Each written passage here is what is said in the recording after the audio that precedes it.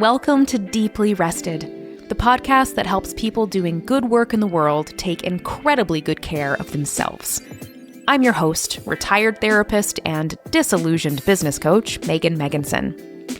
I'm on a mission to help people like you unlearn the rules that keep you trapped in self-doubt so that you can recover from burnout and finally become deeply rested.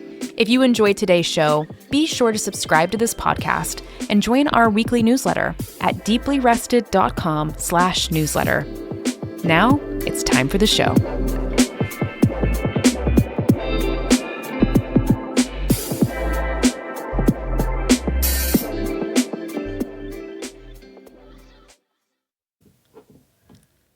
Hey, Nancy. Hi, Megan. We're here in the same room together. We're in the same room. Yeah. How was your weekend? Well, my weekend was a little misadventure, I think is the right word. Yeah, we tried to go camping. We were going to go camping in my favorite spot. And then before we left, found out there was a forest fire really close by. And so we kind of rerouted. Long story short, we ended up on this really, really rough road. I was like right on the edge of having a panic attack after driving on this road that was basically just a pile of rocks. And I usually love driving in the forest. I love driving places. This sort of stuff doesn't usually stress me out. I was like half a minute away from a full-on panic attack. So I was like, I turned to my husband. I was like, we got to go. You got to turn around and you have to drive on the way home. Oh, my gosh. So, yeah, we just abandoned all camping plans and headed back home, and it was fine. I have one thing to say to that. Yeah? What's that?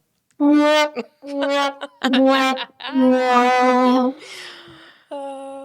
what I have to say to that. That's the perfect response, I mean. That's all. That's it. So we might have a little sound effects board in this room, and I'm into it. Yeah, me too. Okay, great. How was your weekend? So stay tuned for more sound effects. First of all, forest fires fucking suck. Yeah. That's the worst. Yeah. I'm really glad you didn't get hurt. Yes. So dangerous this time of year. So painful. I mean, there's so much natural disaster happening. It's just intense emotionally. I've been thinking a lot about collective grief and how we are all moved to grieve in times when the places we love are being destroyed and people are dying. But that's the last depressing thing I'm going to say on today's episode. All right.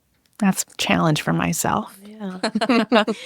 So what did I do this weekend? I spent a lot of time thinking about how sad things are.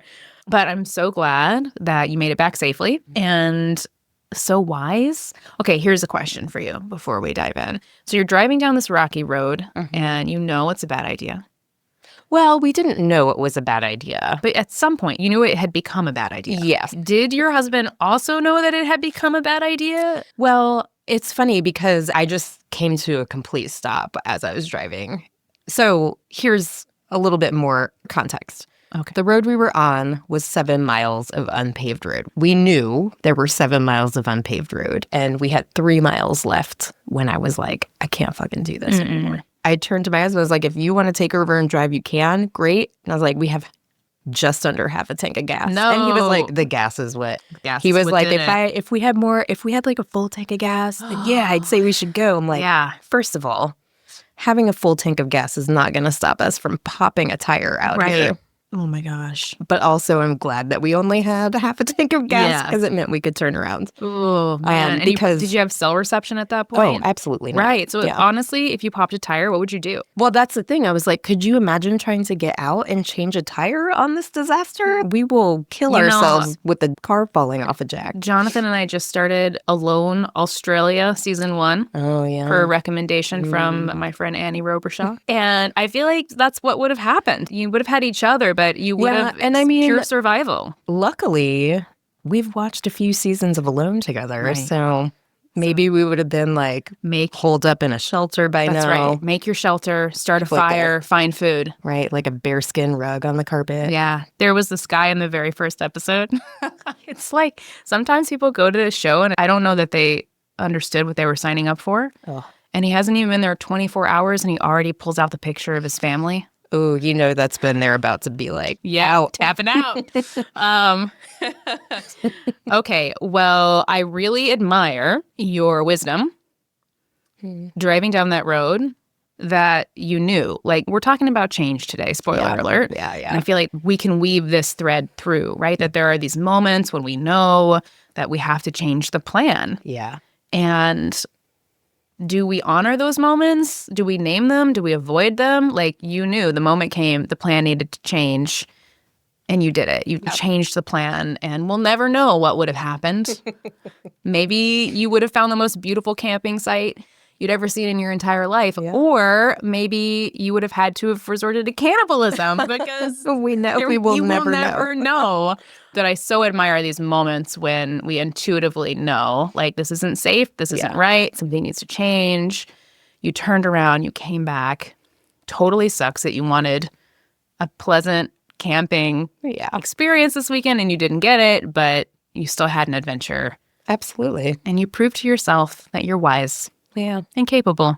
Yeah. We found a couple of really beautiful spots up there, too. So on the way back, I was like, can we just, like, pull over and I just need a few minutes to, like, settle my nerves and look at this beautiful landscape and, like, so, yeah. Love that. Taking it in. Wow. Thanks for sharing.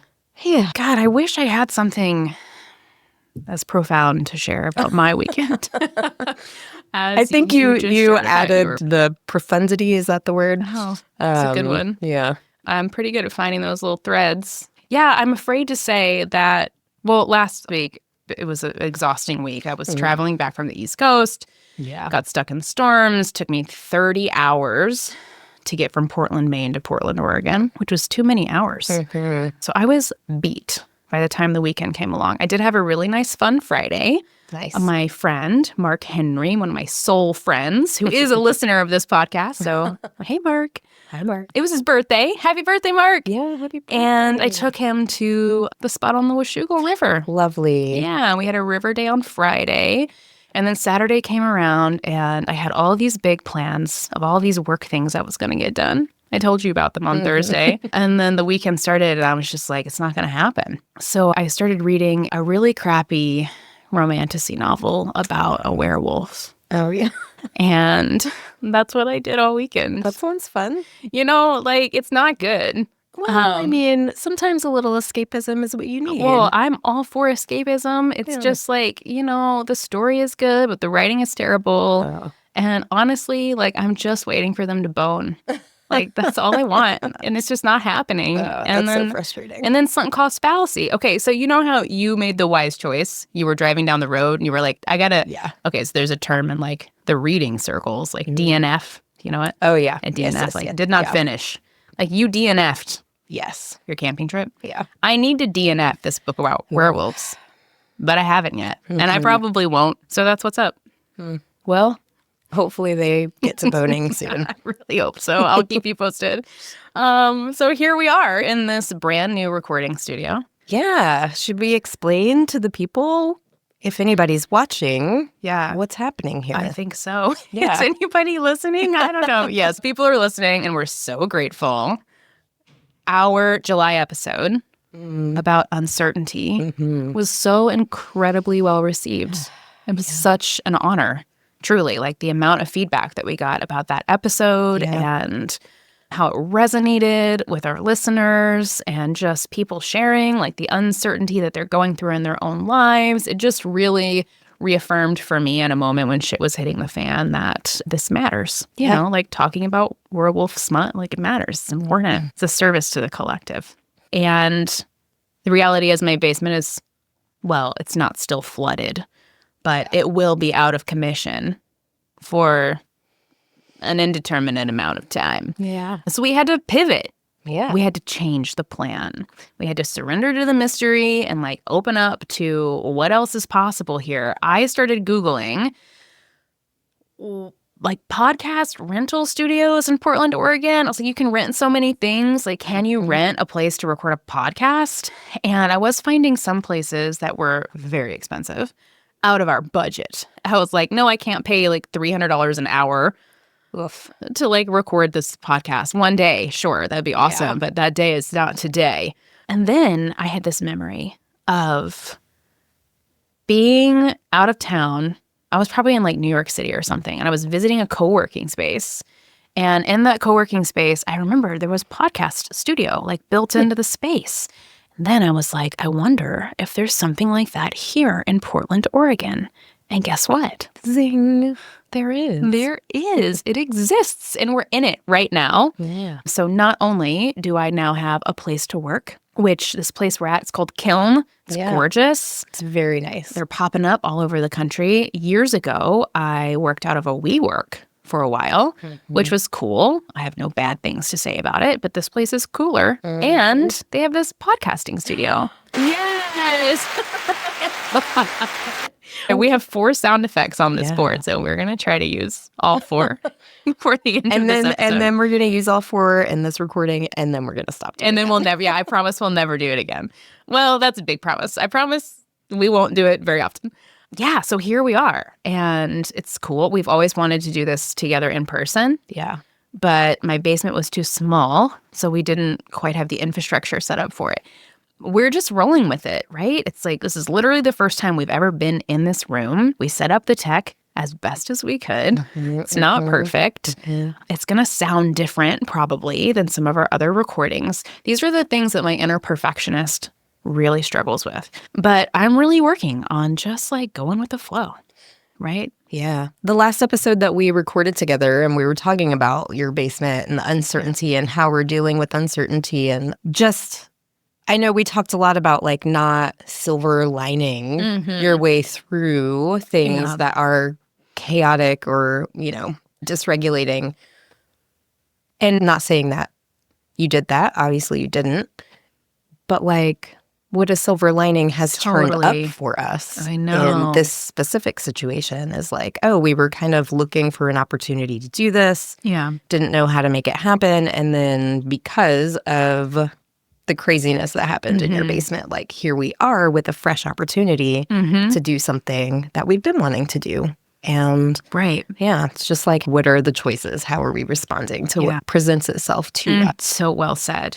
It's a reminder to embrace non-duality, right? That all of the things can be true. It's not good or bad. It is both shitty and fantastic in equal measure. Yeah, I'm not gonna lie. Like, it still sucks. Yeah, for sure. That we still don't know how much it's gonna cost to fix this basement. Don't love that for us. But it will be fine. And here we are. And I think being in this space is actually going to open up maybe many opportunities for our business that were not available to me when I was spending most of my time in a basement alone. So we will see. We'll see what comes of it. But I'm so glad that we're here now. And we're going to continue seeing like what the mystery reveals to us. Yeah. I think what I want to talk about today is change. Because so much is changing. Yeah. So much is changing. Change and uncertainty go hand in hand. Oh. Okay, I'll stop. Yeah. I'm like, yes, please. No. Oh, God. Okay. Change and uncertainty go hand in hand. Yeah. It is so true. And I've been thinking about how we know change is a constant. Duh. How cliche is that? Change is a constant. Change is the only thing that's real. It's true. We're not going to talk about that today because I think we've all had enough of that lesson. We get it. Everything's changing all the time. But what I want to talk about today are the moments when change happens in like a big dramatic way. Right? Because it's like change is always happening on the micro level, but then there are moments or seasons in our lives, and especially like in our businesses, when change is dramatic, it's big, it's transformative. And that transformation, it might be orchestrated, it might be well planned, or the transformation might happen kicking and screaming. It might be happening to you, but it happens to all of us. And it's happening internally in this business right now. There's a lot of change happening that I feel like my basement flooding, when it did, was really like an initiation into this larger change that is unfolding. And that tends to be my relationship with the universe a bit. You know, it's like something's trying to change or evolve, and then maybe I'm resisting it a little bit or a lot. And then something dramatic will happen in my life that like is it this catalyst, right? It like propels. It's like, now's the time. This change is happening. Like forces your hand. Forces your hand. Yes, exactly. And so that's what's happening right now. We're inside of this moment of change. And I want to talk today about what is changing here internally. Yeah. But of course, I want to connect the dots so that, those of you listening can weave some of the wisdom we're gleaning into your own businesses and your lives and the work that's unfolding, the changes that are unfolding in your world right now. Yeah. So that's my vision for this conversation. I thought we could start by rewinding the tape a little bit and just sort of reminding listeners, especially people who are new to the show or to our journey, how we got where we are right now. I'm not going to go all the way back to the beginning, but I want to rewind back to the end of 2023. So at the end of 2023, we had just spent 2 years creating some really robust online coaching programs. Next Level Therapist and Spotlight were the name of these 2 programs, and they were awesome. They were lovely. There was nothing wrong with them. They were totally effective. People were getting great results, and it became clear to me that it was time to let them go. And I think we both resisted that in different ways, right? Because we were like, but wait a minute, like we just finished creating them. Like we're finally in this like steady, stable place where we can sort of just like rinse and repeat and like do the launch and move cohorts through the program. And it was predictable. So there was a lot of sunk cost fallacy around letting them go. And like, well, you just invested all that time and money. Like, why would you stop doing them now when they're finally gaining traction and they're working? But it was just really clear that we needed to learn everything we learned from that experience, but it wasn't the direction for the future. I mean, it could have been, because we have choice all the time, but it wasn't like the soul-aligned direction for the future. So we sunsetted those programs. Okay, before I move on to the next chapter, anything you want to add about what that was like for you, like that decision to shut them down?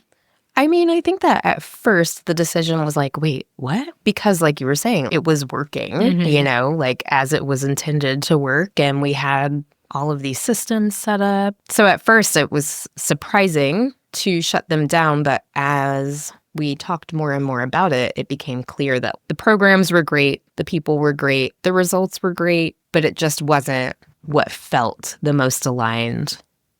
And as we talked more and more through it, I came to see that, like, yes, it is the way to proceed here is just to, like, sunset the programs and start fresh, As an Aries, I always go towards, like, okay, so what next? What action? What can I do?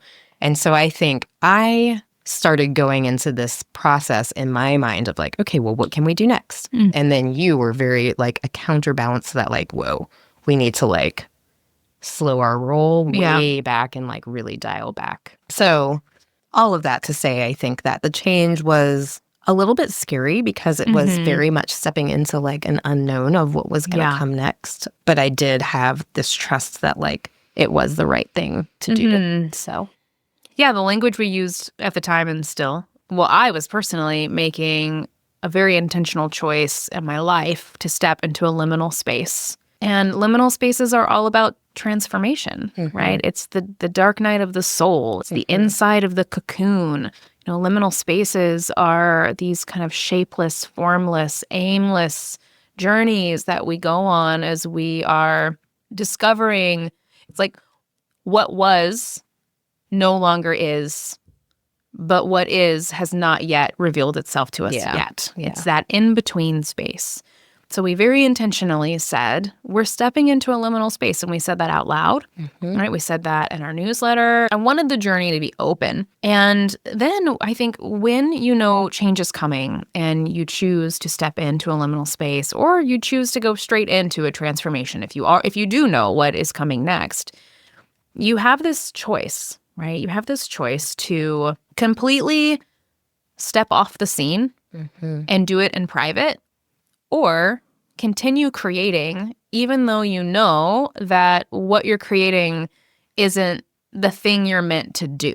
Yeah. Okay. So I've seen a lot of business owners, and neither one of these choices is to be clear, is better or worse than the other. Mm-hmm. I've seen a lot of business owners go through one of these moments where they're like, yep, this isn't it anymore. I got what I needed. It's time for something new. I don't know what that is yet. So I'm just going to kind of quietly disappear. I'm just going to fade away. I'm going to stop sending my newsletter. I'm going to stop marketing. I'm going to stop, posting things publicly. And I'm going to go into my life and I'm going to do all the transformation work personally. And then when I'm clear about what's coming next, then I'll step back into the world, share it. Mm-hmm. So that's one way that we can move through these liminal spaces. The other way, and the way that I'm going to talk about, because it's a choice that I made, is to continue creating publicly, knowing that you don't actually know what is going on or like what's coming or what you're doing. And, I like to think about business ownership as a deeply creative process. My business is my art form. What I have, learned about art and the approaches that really resonate for me are the idea that when you are a creator in the world, your job is just to create. And sometimes for what purpose you're creating and sometimes you don't. Mm-hmm. So if you're a writer, maybe you don't know what your next novel is going to be, but you're going to sit down every day and you're going to write something. If you're a painter, you might not be working on a commission, but you're just going to pull out a blank sketch pad and you're just going to pop some watercolors on the page every day. Like you're just going to keep creating and you're going to let your creations reveal to you over time what's coming next. Is that making sense? Yeah, absolutely. Mm-hmm. Can you think of any other examples of that? I mean, my brain went straight to my sewing space and just I love quilting, but that's kind of funny because a lot of in quilting, you're working from a pattern or a plan. Right. And you have something in mind that you're going to create. Mm-hmm. And I just this summer have really tried to start challenging myself to just sit down and sew and improv and see what's next. It's way more freeing because you're just you don't have this finished idea in mind already. Yeah. And it just allows for more experimentation. Yeah. Yeah. And are you willing to this is more from the business side of things, but it's are you willing to let people see the experiments? Yeah. Are you with your sewing, or does it make you uncomfortable if people come into your sewing space and see the things? Absolutely not. No, I think I like letting people see them, but there are other things that I would not. I think it also depends on where my comfort level lies with each thing. So that's such a great point. It's not all yes or all no. Right. It's not all good or all bad. We have to know internally what can we consent to and what can we not consent to. So, it's there are some things that I'm not going to share on the podcast. Mm-hmm. There are some creative projects that you're not going to share. Mm-hmm. And there are some that you are going to share. And when your business is going through a big transformation, I think that's a great question to sit with. What parts of this process do I feel comfortable letting people witness? And what parts of this process belong to me, right? What parts are private? Yeah. Which I think we're actually going to talk a little bit about here in a few minutes. I decided that what felt right for me was to start a podcast in this liminal space. I don't actually remember if I've ever shared on this podcast that when I was a kid and people said, what do you want to be when you grow up? Such a nerd. Are you ready? You already know this. I was I want to be like Terry Gross. People were like, who?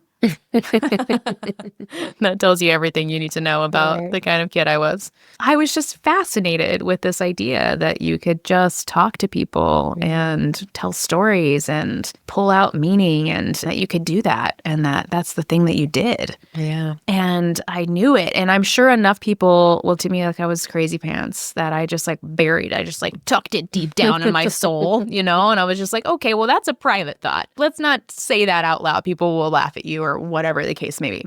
And when we entered into this liminal space, the idea of doing a podcast just kept coming back to me. I was I know that it's a massive undertaking. I know that whatever we create is probably going to be super impermanent because everything is changing, and yet I still kind of want to do it. Yeah. And I know that my work in saying yes to doing this podcast is going to be to hold it very loosely. Mm-hmm. So a year ago, we stepped into this project. And the other thing was we had done the Rest and Success Code online summit 3 times prior to this point, which is basically like a week-long podcast. And honestly, when I started the summit, it came from some ambivalence at that. I forgot about that. Like it was 2021. I think was the first time. And I was kind of I was in Laura Belgray's Shrimp Club mastermind. And I was like, I really want to start a podcast, but it feels like too big of a commitment. I was just talking myself down from it. And then someone said, we'll do a summit instead. It's like a condensed podcast, blah, blah, blah. So we did. We did it 3 times. And we were sitting on this bank of episodes, which if you listen to this podcast regularly, you'll have noticed that about every other episode we've been releasing is an episode from the Rest and Success Code. That's right. When we realized we had all these great conversations that we could reshare, it made the idea of starting this podcast feel more manageable because instead of having to record 4 new episodes per month, we only had to record 2 new episodes, and we would repurpose 2 other episodes.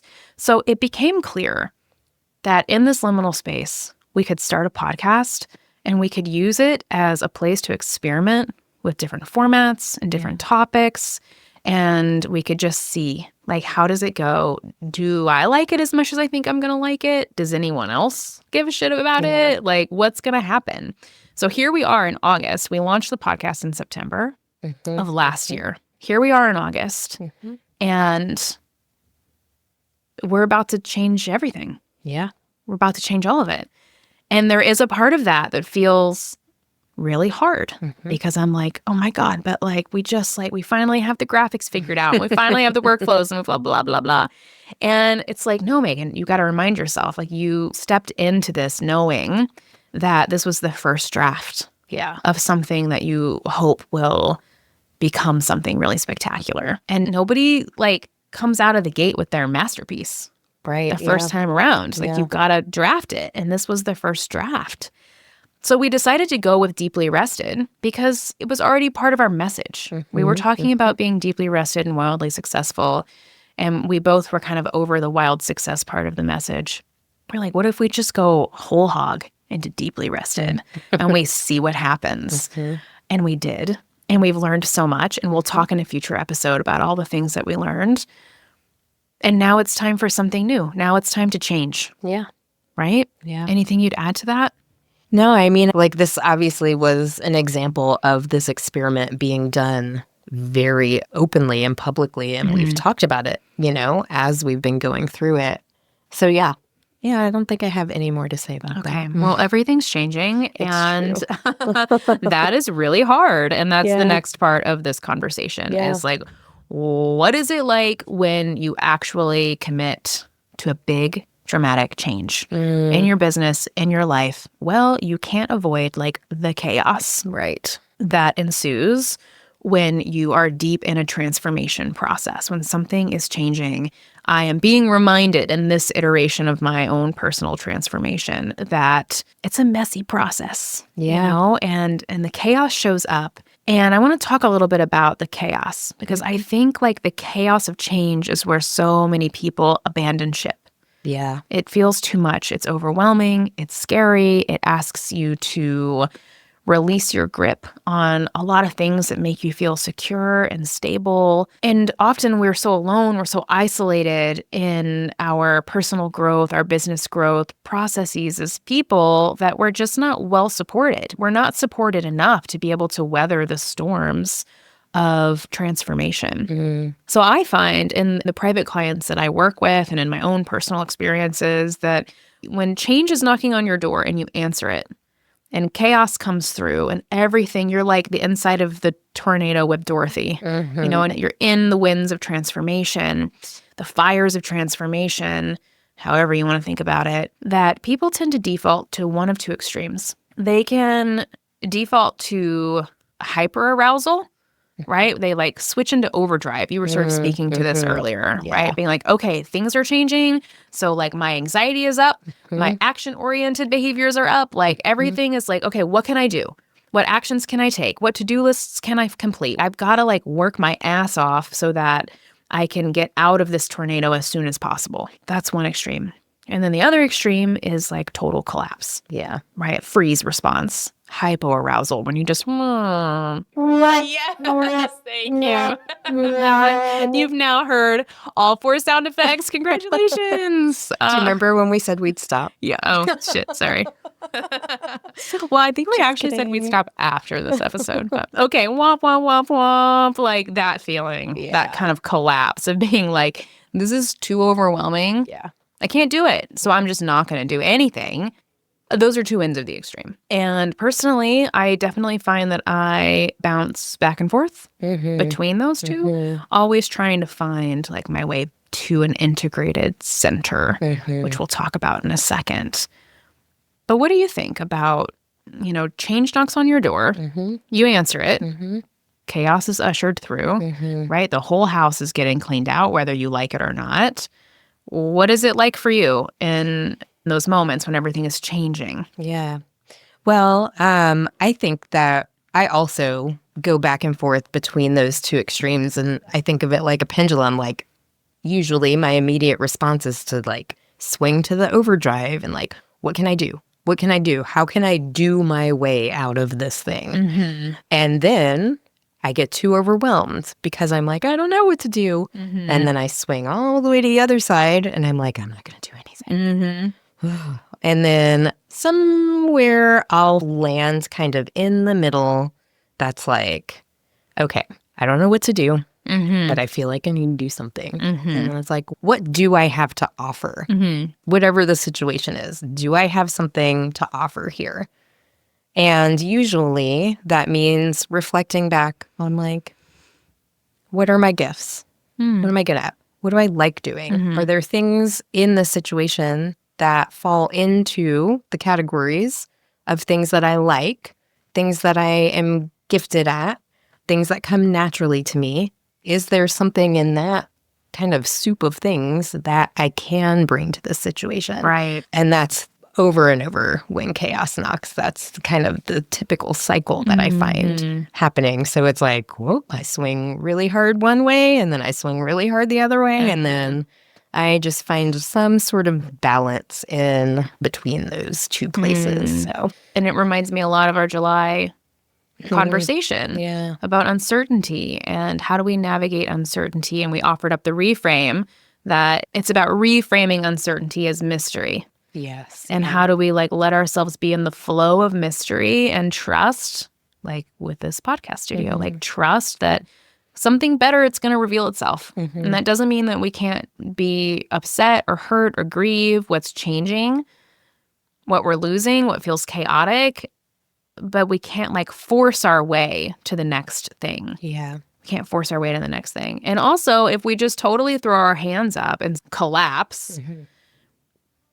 nothing's going to come from that either. I think people sometimes misunderstand these approaches to life and business that are about finding an integrated center point. So you're basically saying like, we can be on the pendulum where we're taking action out of fear or we're not doing anything at all. And I think that people who are trying to approach a more spiritual, perhaps, way of doing business or of just existing in the world can see the collapse as a surrender. That's what it is. I had to puzzle that out for a second. Like when I say like I'm surrendering to this, what I'm actually saying is like I'm trusting that something better is trying to work its way through me. Like something better is trying to be revealed. It might be really fucking painful getting from point A to point B, but I trust that there is something larger than me that's working itself out. And I am surrendering to being in the flow, to being in the current of that mystery and of that unfolding. And being in the current requires that you know how to swim. Like you have to swim, you have to create, you have to take action. And sometimes I feel like people confuse that surrender with collapse. But they're like, oh, so when you surrender, you basically just sit on your hands. And you're like, okay, well, whatever is going to happen is going to happen. It's like, no. We're not talking about not taking action. We're not talking about not doing anything or just sitting, on your couch and waiting for the next great thing to be revealed to you.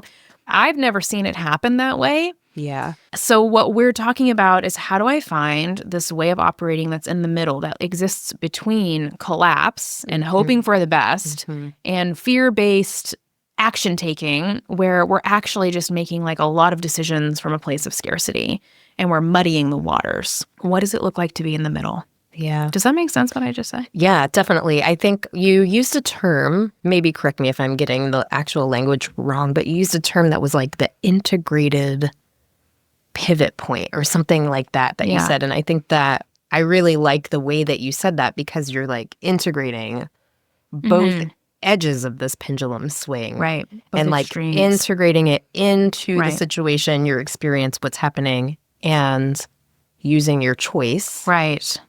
To move forward. Exactly. Yes. Because the lesson from these two edges, like the way you said that, the lesson from these two edges is action and observation. So if we can come inward on this spectrum, on this pendulum, if we come more to the middle and we're not in fear-based rapid action taking and we're not in like total sit on my hands, full body collapse, this more integrated space in the middle is one in which I am very intentionally choosing to slow down. So I'm not collapsing, but I am slowing down and I am observing. I'm really observing so mindfully, so intentionally what is happening right now, what is unfolding. You're looking for signs and synchronicities and patterns, and you're looking for moments where your own trauma responses are getting triggered and activated, and you're just sitting and you're observing and you're taking it all in, and you're giving your soul, your body, and your mind a chance to synthesize this chaos tornado that's spinning all around you, right? Because when we're in these chaotic change places, life is happening fast. Yeah. Right? Oh man, it's just like so much is happening, so much is coming through. And if we don't slow down to really observe and take it all in, we're often missing really clear signs and signals about where to go next. Yeah. So we want to slow down and observe, but we also want to take action, right? We want to pull from that part of us that knows how to respond to challenging situations. I like to think of this action as co-creation.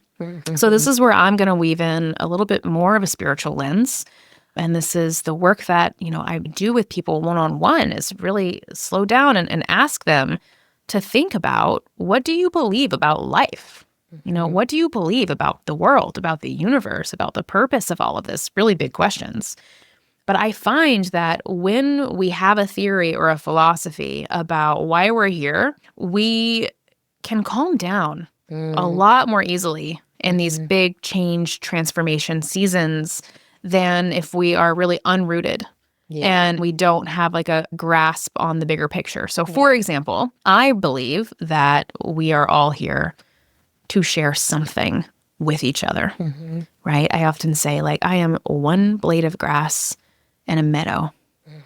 And I believe I have a purpose. I have gifts to share, like you were saying, coming back to like, what are the gifts that I can share? And I think it's my duty to share them, and to share them in a way that also creates a really beautiful, fulfilling life for me. But I feel that, I work for the universe. That like, again, like I take my directives from some bigger system than just Megan's brain. Another metaphor that you and I talk about sometimes is that we all play an instrument in the orchestra. Right? If I'm like the oboe and you are the violin. I was trying to go with like more random instruments, but okay. Okay, so I'm the oboe and you're the violin, which maybe that actually totally checks out and describes our personalities perfectly. An oboe alone does not a symphony make. That's right. But an oboe and a violin put together, now we're making music. Yeah. So when I really ground myself into that knowing, that belief that I am here to play a part and that there is something bigger and more divine working itself out all around me, it is so much easier for me to feel brave, courageous, inspired to keep taking action when it feels like my life is being, consumed by this chaos tornado. Yeah. So what does that look like for me in practice? So in practice, this is what I'm doing right now because I'm in it. I'm in the chaos spiral, right? So every morning I wake up and make a cup of tea and I sit somewhere quiet. I love sitting for an hour if I can. That's like so luxurious. But, 3.5 minutes will do. Yeah. So just a reminder, folks, like it doesn't have to be a whole thing. It can just be a couple of breaths, a dropping in, a taking a moment to just feel your feet on the ground. And I take some deep breaths and I just ask, like, okay, what is one aligned action I can take today? And I wait to hear the quiet whisper. Because your mind is going to be real quick to give you an answer. And it often sounds like, la, la, la, la, la, la, la, la. It sounds like that. It's like intense and loud and annoying. And you're like, please don't ever make that noise again, Megan. Like that's what it feels like when you get information coming from the mind. It's like drinking from a fire hose. It's super overwhelming. No, I'm just going to breathe through that until I can hear something quieter, something more subtle, something really clear, and often really, really simple. Like, what is one aligned action I can take today? I'm slowing down. I'm observing. I'm resisting the urge to take fast action because this change season is really uncomfortable to be in. I'm going to ground myself, and I'm just going to ask for one directive. What is one aligned action I can take today? Because I believe that one aligned action leads to another. Right? One door opens another, that if we're constantly checking back in, rooted in this larger belief that like, I'm just playing my part and we're all doing this together, all of a sudden, it doesn't actually feel that complicated. It doesn't feel that overwhelming. Yeah. How does this land for you? Really, it resonates what you're saying. And I'm curious, this is kind of what's been going through my brain as you've been talking about it, is that like, thinking about that pendulum that's swinging to the edges of that arc of the pendulum from like overdrive, hyperaction to collapse, inaction. I think for me, historically anyway, I need to feel those edges before I can land in the middle. So what I'm hearing you say is that this practice that you're doing is what keeps you from swinging edge to edge. Is that how it feels to you? That like, do you feel like you need to reach any of those edges before you're able to land in this practice? Or is it this practice that keeps you in the middle kind of from the get-go? That's such a good question. I think it's like a little bit of both. That at this point in my creative process, that is my go-to response. But to be clear, it doesn't prevent me from going to the edges. And this is where that observation, I think, is so crucial. Because if you're creating space in your life to be able to observe mindfully, like what is happening inside of me, what is happening all around me, then you can catch more quickly when you've gotten hijacked, sort of triggered to one end of the extreme or the other. But I think there's so much truth in that we have to go to the edges to really know. Like we're creating our own boundaries, right? And like we can't know what the middle is if we don't know where the edge is. Yeah. So I think it's like a mix of both, that I don't step into this practice of observing and co-creating and taking aligned action in moments of profound change and transformation to bypass the more intense, dramatic responses. Those things are going to happen because I'm human. So there are going to be moments, like when the first invoice comes in for the basement, we're like, I'm going to have freak out. Yeah. And I'm going to, start figuring out, like, how do I book 20 more clients? And I'm going to go back into the la space, of like, I got to do something right now. And then it's like, hey, look what's happening. Paul, look what you just did. Of course you did that. This is really scary. Yeah. Mindful self-compassion, such a winner of a strategy. Be like, oh, sweetheart, yeah, of course you're freaking out right now. This is really scary. You don't have to stay in the freak out unless you just need to. Stay as long as you need. If you need to freak out and you need to just like let all that adrenaline course through your body, go for it. You need to collapse. I mean, obviously I had a mini collapse this weekend with my werewolf smut, I mean, like, okay, I just like, there were aligned actions I wanted to take this weekend. The weekend showed up and I was like, not going to happen. Like, I'm exhausted. I'm like, the world is like too much for me right now. Like, I just gotta collapse. Great, beautiful. But maybe what changes is that you do those things with more intention. And I'm wondering if it also, the more that you practice this sort of thing, like the more observations you make, like the more observant you become in chaotic situations. so. And you're able to like really notice Yes. what's happening. That's such a good point. I think like observation begets more observation. Because once you start noticing, you start realizing how kind of magical it all is. Even when it fucking sucks, you start to see the connection points and the patterns, and you start seeing how like this hard thing like led to this beautiful thing, or how this beautiful thing you held too tightly to it and then it became this terrible thing. And you start to see yourself more clearly. And this is all about seeing, right? That's the beauty of observation, is we're not trying to force any action. We're just slowing down the process so that we have more choice points. Going back to our last episode, right? Choice points, that when life feels out of control and things feel really uncertain, when we're in huge, moments of transformation, our power comes from our choice points. Yeah. So when we slow down and observe, even if we are observing ourselves freaking out and taking like crazy action because we're scared, or like totally collapsed and not doing anything at all, when we see it, we then have a choice. Do I want to stay here? Do I need to stay here a little longer? Or do I want to move into a different response? Do I have the capacity today to sit and ask the universe to give me a directive? What can I do today? What's one action that will move this forward in the right direction today? Do I have the capacity, or is it a werewolf day? It doesn't, there's no right or wrong, but can we slow down? Can we observe so that we have more choice points when we're going through transformative processes? Yeah. Does that make sense? Yeah, absolutely. I love the way you put that, like slowing way down, and you can find choice points in the slowness. And maybe that's a good litmus test. Like if you feel like you have no choices available to you, if you feel like life is happening to you, if you feel like transformation is happening against your will, can you slow down and start observing more intentionally? Because that's never true. Like shitty stuff happens against our will all the time. Yes. But having no choice, not true. Like there are always choice points, especially when we're talking about things like business. For sure. You want to push back, and I want you to push back. Well, no, I mean, I'm just thinking about like loss and grief is a big theme in my life and my friend group this summer. Right. And like sometimes you don't have a choice. No. Shitty things, really, truly shitty things just happen to you. Right. But where the choice comes in is in your response. Exactly. In your reaction to those terrible things that you don't have a choice in. Yeah. So yeah, that was just the pushback there, is that like...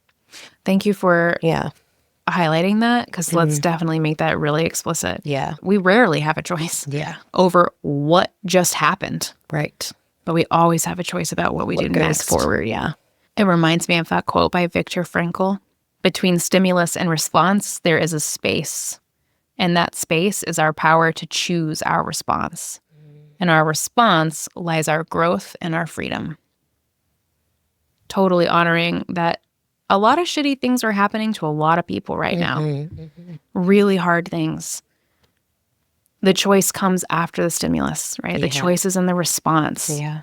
And that is true if we lose someone tragically. It is true if our home is destroyed by climate catastrophe. It is true if we're creating a new iteration of the podcast. It's always true that there is a response. And I think that's what I'm going to be deep in thinking about in August, is so many things are changing in my life right now. I'm just going to like bring this back to me and my process as an example. Like so many things are changing, and where do I have choice and how I'm going to respond to the transformation? Right now, I can really feel the need for some spaciousness. Yeah. That the last month has been intense, and a lot of transformation, kind of like someone pushed hyperspeed. Yeah.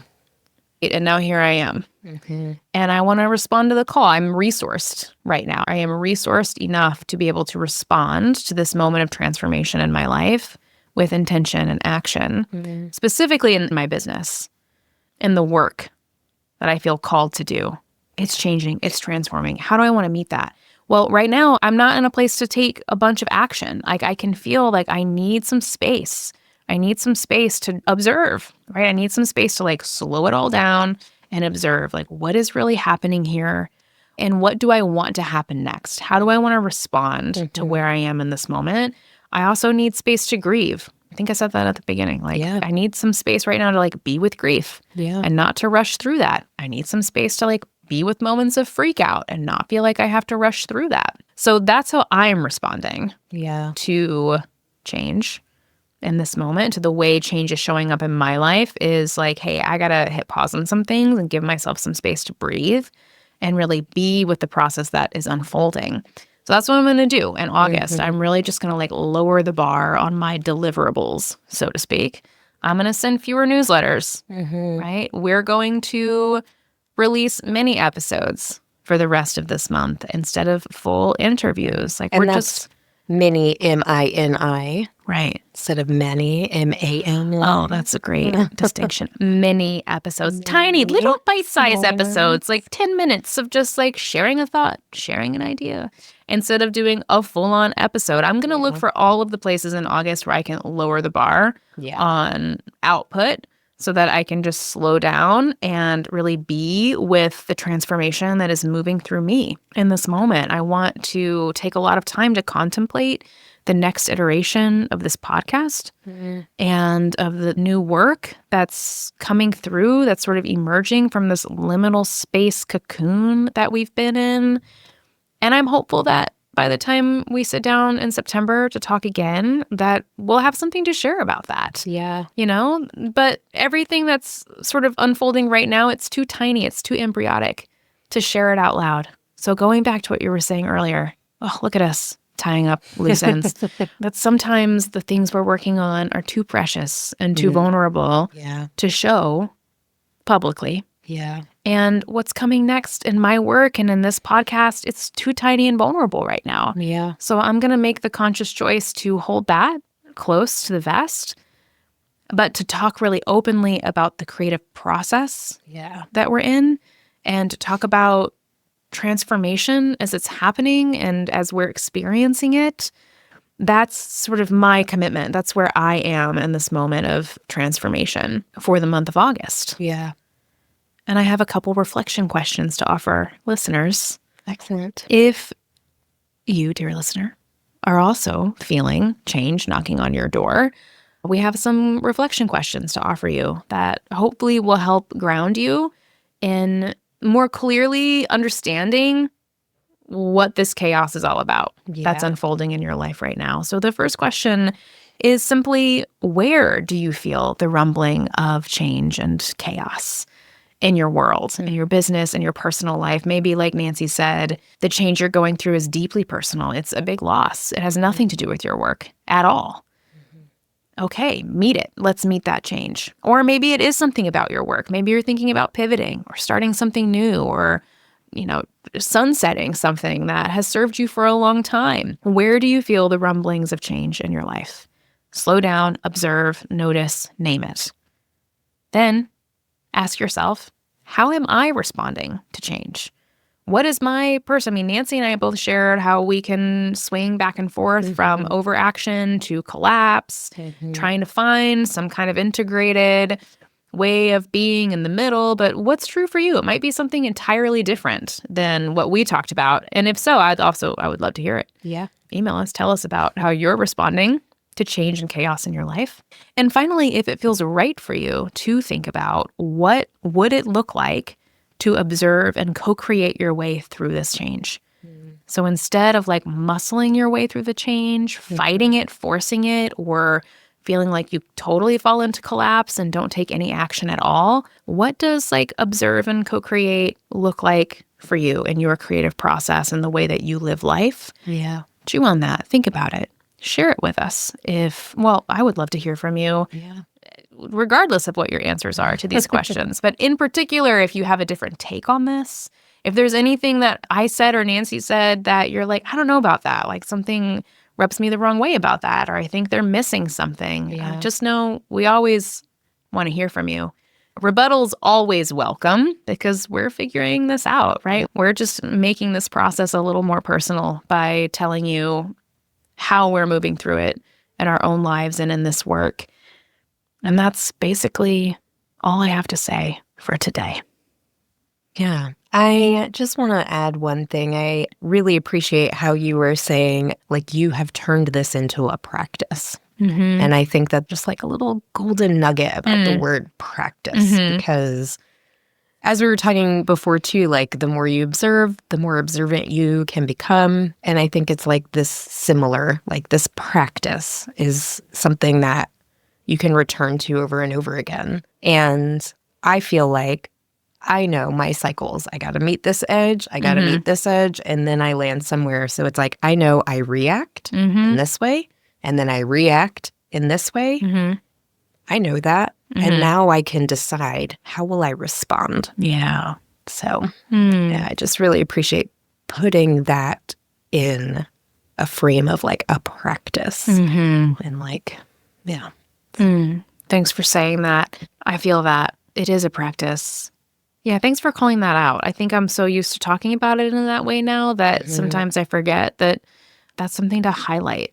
And just to remind myself and listeners and everybody that life is a creative act, right? Business is a creative process. And, I'm going to go back to the cliche. I said I wouldn't say it again, but I'm going to say it again. Like, change is the only constant. Like, things are constantly changing. Every single thing, every single cell in our body, every blade of grass, every, air molecule, everything is constantly in a process of transformation. And how we meet life is what it's all about. Like, that's what we're all here just to figure out. How do I want to meet life? And I like to think of that as a practice because I want to bring intention to it. Like, I want my work in life to be the work of my business and vice versa. And I think when I remind myself that every single thing, every action, every response has a purpose, easier to slow down and give myself permission to treat it all as a practice instead of trying to like fast forward through the transformative process so that I can, make more money or create something or have something to show for myself or be productive. It's like, no, I'm just going to slow it all down and be in the practice of choice. Yeah. Wow. Yeah. Well, we talked about a lot of things today. You sure did. Thanks for hanging in with us, listeners. Yeah. Let us know if you feel so inclined. What stood out to you? What little nugget are you taking away from this conversation? Are you going to be thinking about? I would love to hear it. And for the rest of this month, and honestly, really until we roll out the new version of this podcast, you're going to be getting lots of mini episodes, MINI episodes, sharing more thoughts and ideas and things that feel alive for us right now. So listen in if it calls to you. And I also just want to shout out before we leave that summer is almost over. Yes. I know, which means I have a new batch of openings for private coaching clients. So if you're going through a big change in your life, a big transition, you find yourself at a crossroads in what you want to do or how you want to show up in the world, and you want a guide to just walk with you through that process, I'm here for that. And if you're curious about working with me, you can read more about it at deeplyrested.com/coaching. I'd love to hear from you. Email me anytime. Nancy, thanks for a great chat today. Yeah, I have so much to think about. I'll resist the urge to do any more sound effects, and we'll talk to you next week. Sounds great. Thanks for listening.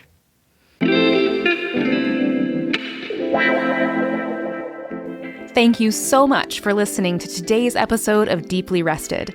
If you enjoyed this conversation, I would love to invite you to join the Deeply Rested weekly newsletter. You can sign up at deeplyrested.com/newsletter. I hope to meet you in my inbox very soon.